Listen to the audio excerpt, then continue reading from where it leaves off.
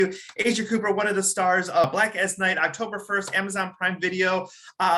First of all, congratulations. Love the movie. Let's go ahead and chat a little bit about the character of Shauna. Tell us a little bit about her and what she's all about.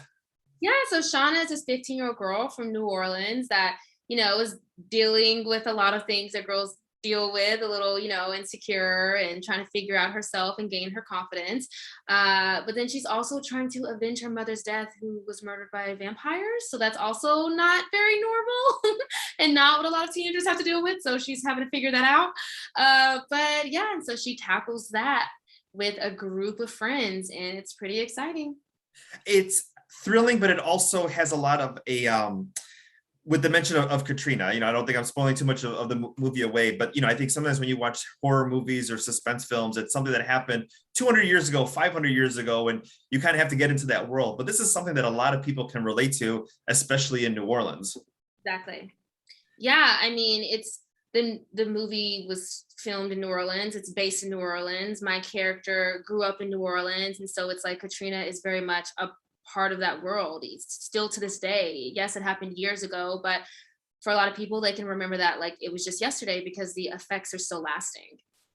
Oh, exactly. I want to talk a little bit about Fabrizio, because he plays your best friend in the movie. You guys have such wonderful chemistry. Talk to us a little. I mean, that's not made up as far as like you both walk in the door on the same day and pull this off. Like, how did you guys bond to create those moments on screen? Well, honestly, it kind of did happen just like that. Like when we met, we really did just bond. I mean, I don't know if you've talked to him, but he is just like the most amazing person in the world. He has like the best personality. He's so funny. He's awesome. So we bonded really quickly. We got a deeper bond once Marty, our director, she gave us a list of questions at she like took us out to lunch and she gave us a list of questions, like 25 questions for us to ask each other. And it was questions like, what are your biggest insecurities? What are your goals in life? And then we answered them as ourselves, and then we answered them as our characters. And that really bonded us on a deeper level. He's definitely a friend for life.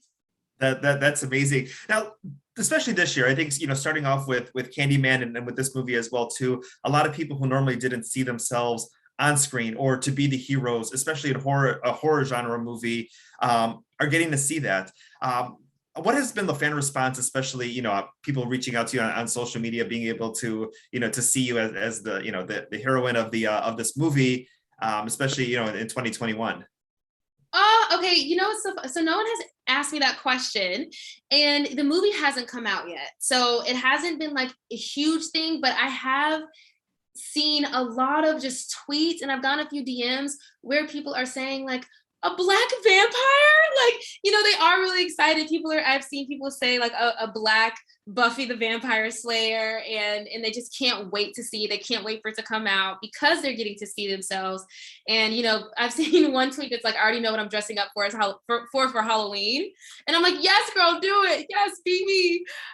So yeah, I'm excited. I'm so excited for it to come out so more people can see it and can see like representation of themselves in the media. It's so important. Oh, exactly. I'm gonna be checking your Instagram because I want you to repost some of those people if they're dressing up as your character for Halloween. I will. Yes. Let's talk about some of the movies that scared you as a kid. Halloween's coming up. We're right in the spooky season. What were the films that really got under your skin? Okay, I'm not gonna lie. I am a scaredy cat. So I did not watch a lot of scary movies or horror movies growing up. The ones that I do remember, when I was really little, I remember Chucky, and that scarred me for like 10 years. Like I still don't like dolls to this day. And then I also remember I Know What You Did Last Summer because Brandy was in it. And I used to watch anything that Brandy was in. And so I watched that and I was like, okay, it's terrifying, but it's like kind of doable because I'm like, it's a person that's killing, not a doll. So I can like I can run away from a person.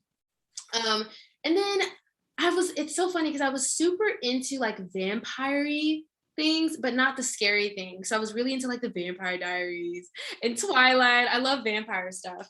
But yeah, that's that took up all of my media. I love Twilight as well too, and Chucky is the same one that scared me as a kid as well too. I don't trust those dolls with the overalls. I do want to say, so you're in Austin right now, but you are spending a lot of time in Chicago because you're a part of Chicago Med this season. We got to see your character at the end of last season. Tell us a little bit about Vanessa Taylor. Yeah, I was actually just in Chicago last night. I was filming. So Vanessa Taylor, oh, I don't want to, well, I guess I'm not spoiling because we found out in season 6. So I am Maggie's biological daughter that she gave up for adoption when she was younger. And I now am a doctor at Chicago Med.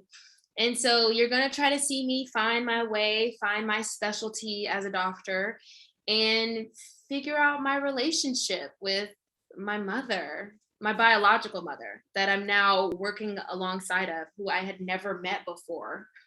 So it's a lot of layers. And it's so much fun. The actors on that show are like top notch. Oh my gosh, I'm learning so much. What's it been like to be part of the One Chicago universe? Because fans, dedicate their Wednesday nights to come see those shows, and it is such a strong fan base. When you got announced, when your character appeared at the end of last season, what was it like, especially being embraced by everybody? You are so correct about the fans. It is a strong fan base. They are very protective. And I appreciate it. It's so cool. Like, they're very involved and they know all of everyone's storylines. Like, I feel like I'm learning more about Maggie, my mom's character, through some of the fans, because they're like, does she know that she was gonna have another son and like all of this stuff. I'm like, wow, this is cool. But yeah, it's just really cool to be a part of such a popular show. I mean, we're in season 7, and that is so hard nowadays.